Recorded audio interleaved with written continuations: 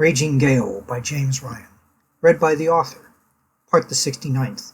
The Gale goes for an easy prize. "Sail!" called Bosvelt from atop the foremast of the Raging Gale. "Sail to broad starboard!" Bentinck looked at his hardtack and tossed it aside.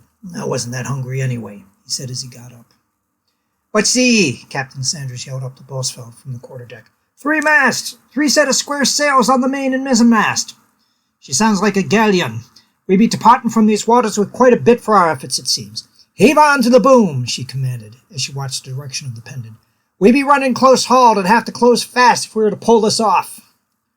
Hope watched as Charles went to the bow to help trim the jury-rigged jib before she started with a solfege to the beat of a short-haul shanty. She decided as she gave time for the crew that the next chance she got, either off a prize that had one or when they made port, she would get a drum. Off the port side, dark clouds could be seen in the distance. The Gale closed in on her prey with all possible speed she could, running close-hauled. Hope could notice the difference that not having a jib made.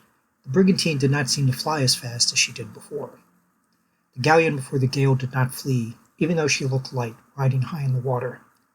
The closer the Gale got, the more easily noticed it was that her prey only trimmed sails on 2 masts.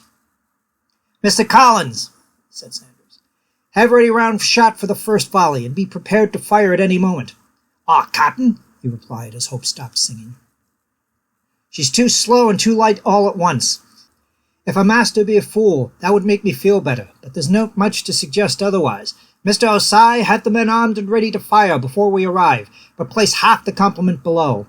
They're going to need to go for cover quickly if necessary, and we'll need more room to do that."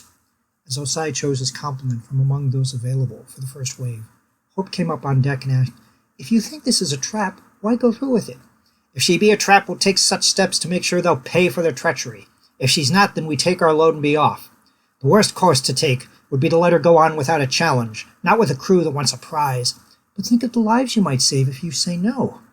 "I think more of the character of those lives, and how they would rather die with a chance of success offered, against living with regrets. And no captain, no matter whom she may be, wants to be the one to hand a man regrets." Hope looked down, unable to argue against such a harsh reality, and started on her way to the mainmast to resume her station. She noticed that Charles was one of the musketeers chosen for the first wave.